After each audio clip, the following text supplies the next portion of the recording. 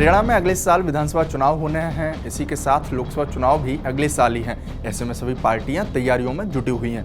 Congress BJP के साथ अब आम आदमी पार्टी भी राज्य में सक्रिय हो गई है।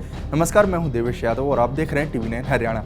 दरअसल हरियाणा में विधानसभा चुनाव जीतने के लिए सभी पार्टियां अलग अलग वादे कर रही हैं। इस बीच कांग्रेस ने भी एक ऐसा वादा कर दिया है, वादा ऐसा जिसमें हरियाणा की एक बड़ी आबादी को अपने पाले में लाने की कोशिश की है। दरअसल बीते कल रोहतक में समस्त ब्राह्मण समाज लोकसभा क्षेत्र रोहतक द्वारा आयोजित सम्मान समारोह में हरियाणा के पूर्व मुख्यमंत्री और कांग्रेस नेता भूपेंद्र सिंह हुड्डा ने बड़ा ऐलान किया है।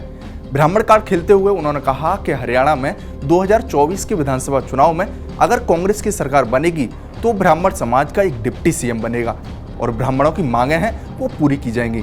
पहले आपके उनके बयान को सुनवाते हैं, उसके बाद इसके मायने बताएंगे।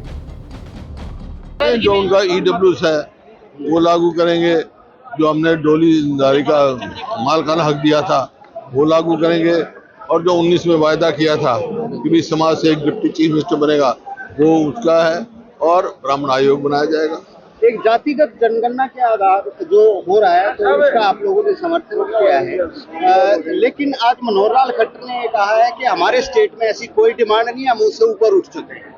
नहीं, जातिगत जनगणना होनी चाहिए पूरे देश में भी और हरियाणा में भी, ताकि जिस समाज का जो हक है उसको मिलना चाहिए। दरअसल हरियाणा की सियासत अभी तक जाटों के इर्द गिर्द सिमटी हुई थी, लेकिन अब भूपेंद्र सिंह हुड्डा के बयान के बाद ब्राह्मण राजनीति का ताना बाना सूबे में बुना जा रहा है। इससे पहले राज्य में 67 साल पहले हरियाणा को भगवत दयाल शर्मा के रूप में पहला ब्राह्मण CM मिला था। इसके बाद राज्य में कोई भी ब्राह्मण CM नहीं बना। दरअसल हरियाणा में करीब 12% वोट ब्राह्मण समुदाय के हैं। ये प्रदेश के करीब 1 दर्जन विधानसभा सीट पर अच्छा खासा असर रखते हैं और 3 लोकसभा सीटों पर जीत हार की भूमिका भी तय करते हैं। इसके बावजूद हरियाणा की सियासत में ब्राह्मण समाज कभी भी जाट और पंजाबी समुदाय से आगे नहीं निकल पाए। हालांकि हरियाणा की सियासत में ब्राह्मण सियासत आज़ादी से पहले स्थापित थी।